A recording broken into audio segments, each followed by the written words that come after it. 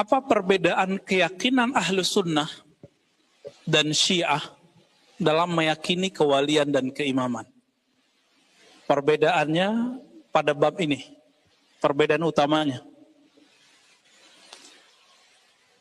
Syiah juga berbicara kewalian, Ahlus Sunnah juga berbicara kewalian. Bedanya di mana? Bedanya di bab al-walayah wal khati'ah, kewalian dan masalah dosa atau kesalahan. Ya, khati'ah bisa diartikan kesalahan, ya. Syiah meyakini para imam ma'sumuna, a'immah ma'sumuna minal khataya, minal khati'ah. Para imam itu terpelihara dari dosa dan kesalahan. Ini yang disebut ismah, ma'sum. Masih ingat konsep itu ya? Bagi kita Ahlus Sunnah wal Jamaah, ya kita boleh beda dong. Ya. Apa perbedaan hakikinya? Kita meyakini yang maksum, yang terpelihara ismah cuma Nabi Yuna Muhammad sallallahu alaihi wasallam dan para nabi. Adapun selain Nabi, hatta Abu Bakar, hatta Umar, hatta Utsman, hatta Ali, itu masih bisa salah. Ya. Kalau nggak begitu, mana mungkin terjadi perang antara Aisyah dan Ali? Mana mungkin terjadi perang antara Ali dan Muawiyah? Umar kurang nyaman dengan Ali. Itu riwayatnya silakan ada di kitab-kitab yang sahih. Tapi itu kan urusan pribadi sahabat. Urusan pribadi sahabat tidak boleh dijadikan sebagai persoalan syariat. Gitu, ya. Urusan pribadi ini kemudian dibawa ke ranah politik oleh Syiah dijadikan sebagai doktrin. Itu perbedaan kita dengan mereka. Ya. Bagi kita sudah ya, apa yang terjadi al-musyajarah bainas sahabah, pertengkaran di kalangan sahabat, itu urusan mereka. Kita meyakini bahwa mereka udul. Apa arti udul? Mereka semuanya baik. Adapun kalau orang baik salah bisa nggak? Bisa, masa nggak bisa? Kalau sahabat saja bisa salah, apalagi para imam lebih bisa salah. Sahabat ketemu Nabi bisa salah, antum bisa bayangkan.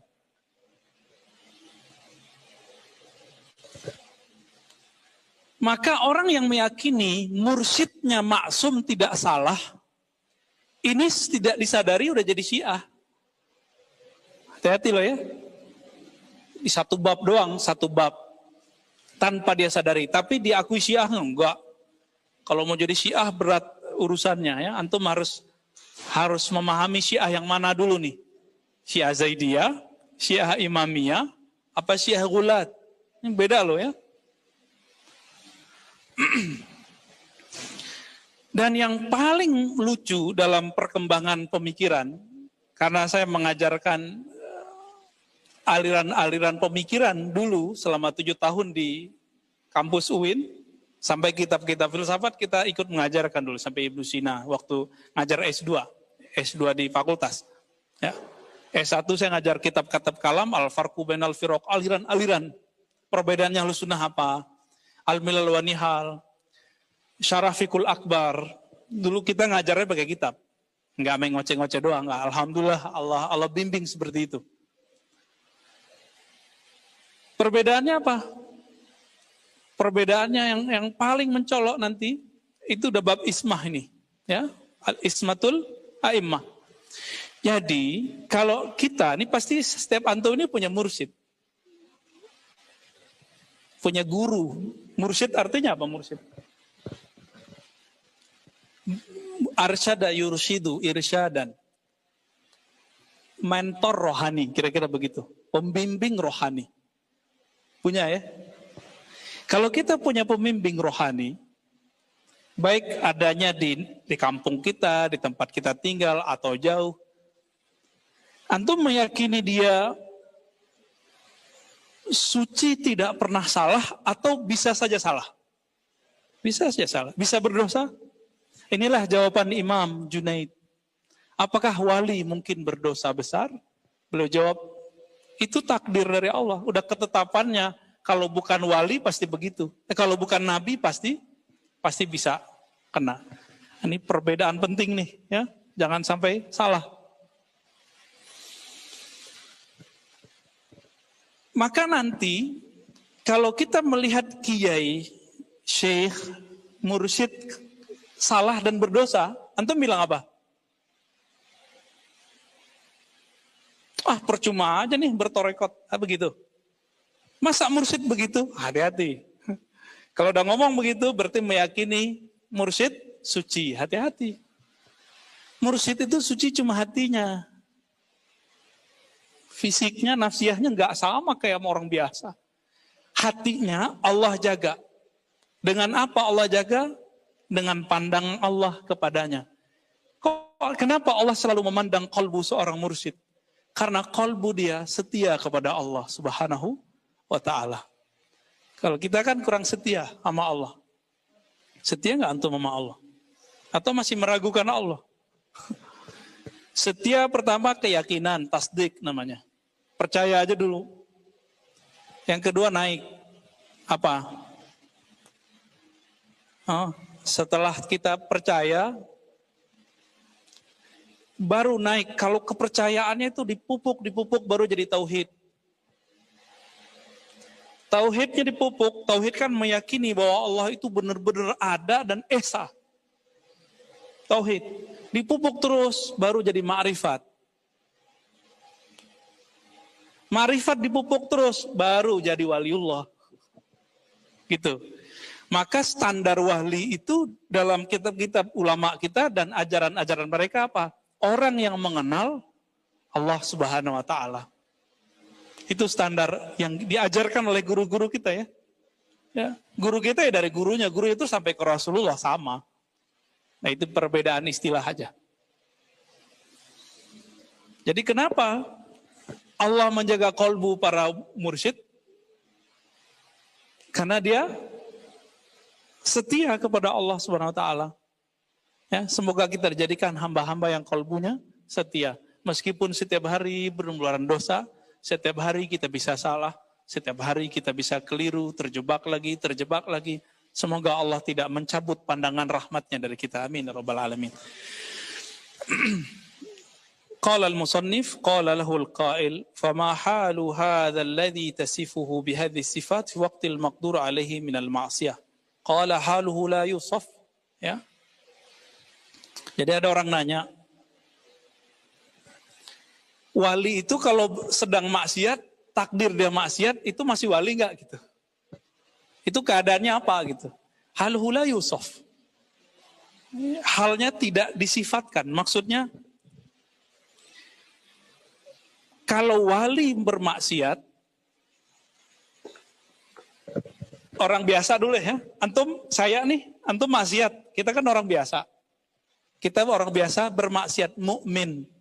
Dalam akidah Ahlussunnah disebut mukmin asi. Paling tinggi mukmin fasik. Mukmin yang durhaka, yang fasik. Ya. Marhaban. Sedangkan Mu'tazilah, ini ingat-ingat ya. Betapa moderatnya akidah Ahlussunnah. Kenapa saya mempertahankan, dan bagi saya yang rasional memang Ahlussunnah. Tadinya emang sempat tertarik dengan akidah Mu'tazilah. Sampai saya baca kitabnya Al-Qadhi Abdul Jabbar, ya, bolak-balik kita ingat. Saya mau cari mana rasionalitasnya. Ternyata rasionalitasnya cuma satu doang. Al-Qadhi Abdul Jabbar itu satu doang. Menurut ini yang dulu mbah gurunya orang-orang UIN, IAIN se-Indonesia, Prof. Harun Nasution. Beliau terkagumkan oleh kalimat Al-Qadhi Abdul Jabbar bahwa sumber pertama hukum itu bukan Quran, tapi yang pertama bagi dia akal. Al-aqlu, al-kitabu, as-sunnah, al-ijma'. Patih. Akal, kitab, sunnah, ijma'. Prof. Harun, dengan segala hormat kita kepada beliau kan ngajarin muridnya supaya bisa mengkritik. Nah, ini sekarang kita kritik beliau. Ya. Bagi ahlu sunnah itu kan yang akal dipindahin ke belakang. Bukan akal sendiri. Akal kerjanya ngapain? Membuat analog-analog. Perbandingan-perbandingan, permisalan. Sehingga muncullah rumusan-rumusan. Kaidah-kaidah. Kalau kaidah ini disepakati atau banyak dipakai orang, baru namanya, kalau disepakati semua, ijma. Jika hanya sebagian tapi relevan untuk kebanyakan disebut nanti qiyas. Jadi bagi ahlu sunnah, qiyas akal yang di depan oleh Mu'tazilah ditaruh nomor 4. Jadi bagi ahlu sunnah, Alkitab, As-Sunnah, ijma, qiyas. Jadi nggak cukup akal, dia harus jadi qiyas. Kalau qiyas berarti akalnya sudah diuji. Itu sebabnya Al-Qadhi Abdul Jabbar, kitabnya dikritisi kembali oleh imam kita. Imam Ghazali, ya, Imam Fakhruddin Ar-Razi ini paling kenceng di situ nanti. Ya. Berikut sampai hari ini. Makanya nggak kedengeran lagi tuh akidah Mu'tazilah kecuali inda Zaidiyah. Jadi akidah Mu'tazilah itu masih nyempil di mana? Masih tersirat di Zaidiyah, tersirat di Imamiyah. Ada kemiripan dalam usul khamsah mereka, tapi berbeda dikit ya. Bagi Mu'tazilah, kelompok yang tadi ini, yang mendewakan akal nomor 1, apa kata mereka? Mukmin kalau berdosa, maka disebut mukmin, enggak disebut mukmin, disebut fasik. Dia tidak beriman dan tidak kufur, namanya apa?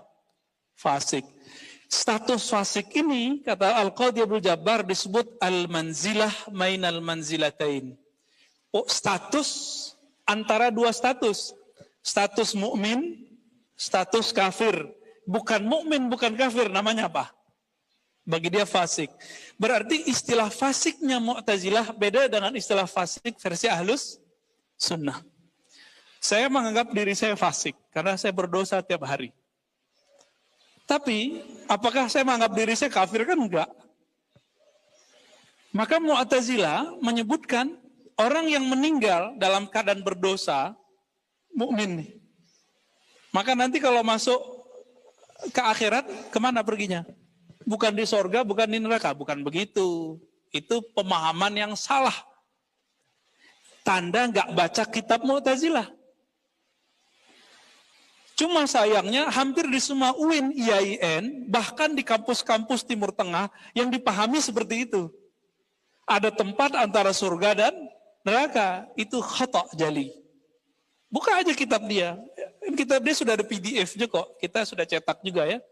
Terakhir, anak-anak akidah filsafat saya baca ini nih. 1 semester. Sebelum saya bilang ke mereka, habis ini saya mau pindah. Mereka bingung mau pindah kemana Pak? Ya nggak jauh-jauh, dekat-dekat sini juga. Kan pindah kampus saja ya. Apa yang tertulis dalam kitab Al-Qadhi Abdul Jabbar Al-Mu'tazili, anehnya dia mazhabnya Syafi'i loh secara fikih. Apa kata dia? Orang mukmin yang berdosa, dia jadi fasik, maka dia statusnya bukan mukmin, bukan kafir, khalidan finnar. Kekal di dalam neraka. Gimana? Moderat nggak tuh? Coba, antum siapa yang mau bilang ini moderat? Ini rasional nggak Mu'tazilah begini? Ada siapa yang bilang Mu'tazilah, ada nggak? Mu'tazilah rasional. Ini kita uji. Jangan terpedaya oleh teks bagian depan. Baca sampai ke tengahnya. Ya. Orang cuma berdosa, mati belum sempat tobat. Kata dia apa? Khalidina finnar. Kekal di dalam neraka. Adil nggak? Padahal Mu'tazilah punya kaidah namanya al-adlul ilahi. Keadilan Allah. Nggak adil ini. Terus amal sebelumnya emang nggak dianggap. Ternyata Mu'tazilah itu tekstualis juga. Ya. Bala man kasaba sayyi'atan wa ahatat bihi khati'atuhu faulaika ashabun nar. Terus belakangnya hum biha khalidun ya. Jadi dia ambil ayat ini, sebenarnya ini kan ayat tentang orang ahli kitab. Bala, sebenarnya orang-orang yang kasaba sayyi'ah, melakukan, mengusahakan suatu kesalahan, ya, lalu dia meninggal dalam keadaan gitu, itu terjemahannya Mu'tazilah. Maka mereka khalidina fiha. Hum fiha khalidun, bagaimana ayatnya? Tolong ditasih. Hum fiha khalidun. Ya, siapa tahu karena ayatnya mirip-mirip kan, bisa jadi kita salah. Ya? Mereka di dalamnya neraka khalidun. Ini gimana menurut antum? Jadi saya mengimbau kepada pembaca kitab-kitab kuning, ini terutama Dr. Isnaini nih, ya. Isnaini lagi ngantuk nih. Atau lagi meresap-resapi nih. Antum yang jago-jago baca kitab nih, yang ngajar di kampus, tolong dicek lagi. Katanya Ihya'ul Ilm, menghidupkan ilmu, tapi ternyata teks ini nggak dibaca kan. Kalau nggak paham, diskusi sama yang paham, jangan dibiarin aja al-akhta al-muqalladah, kesalahan yang ditaklidi. Udah salah orang taklid. Ya, ini persoalan besar ini di dunia kampus hari ini, ya. Nah, semoga ini bisa jadi renungan kita nanti. Menurut antum, jadi kalau di kampus-kampus, ini kampus UIN, kampus IAIN, STAIN sama. Sebagian dosennya mengira, saya kan bagian dari mereka, ya, tadinya. Mungkin nanti juga bagian lagi. Bahwa Mu'tazilah itu lebih rasional dari Ahlussunnah. Saya bantah itu berkali-kali, mereka nggak mau denger. Kita udah tulis beberapa artikel waktu itu, cuma salah saya nggak publish ya. Pas kita cari filenya udah hilang. File ini lengkap, kita tunjukin semua ini. Di seminar-seminar saya sampaikan. Tapi sudah masuk ke alam bawah sadar. Mu'tazilah lebih rasional. Gitu. Nah, ini yang kemudian harus kita kritisi. Ya, ini pemanasan Daisna ini.